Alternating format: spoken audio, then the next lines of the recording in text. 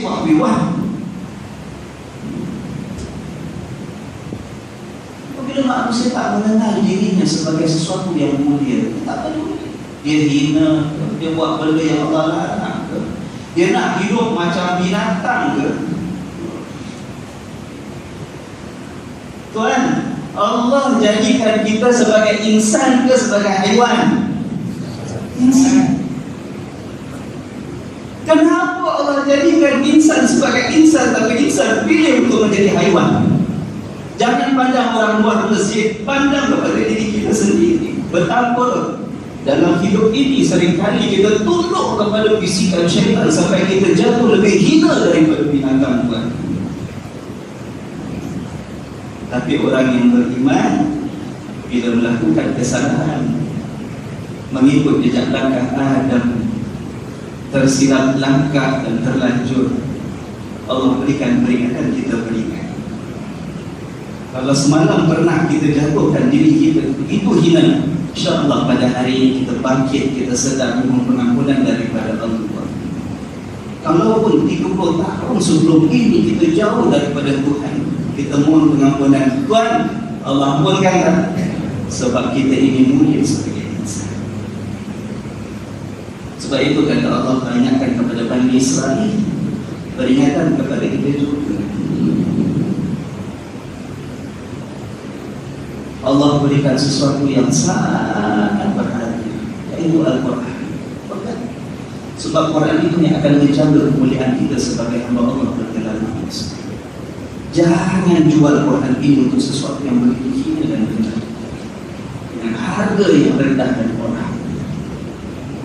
Kita tidak mahu kita lahir sebagai insan yang begitu mulia, kita kembali kepada Allah. Tidak ada beza kita dengan binatang dan haiwan yang lain. Na'udzubillah. Malah kalau kita pilih kesesatan dan kita pilih kegelapan, tuan-tuan, bukan setakat kita sama standard dengan binatang dan haiwan. Kata Allah, bal hum adall, malah manusia boleh jatuh lebih hina daripada binatang dan haiwan. Bila manusia tidak punya rasa malu nak mengatakan ini memang nature kita, ini boleh kita buat, pasal apa binatang pun macam tu. Sejak bila umat Islam diajar untuk hidup jadikan binatang sebagai contoh dan teladan kita? Sejak bila? Mudah-mudahan yang faham dan faham.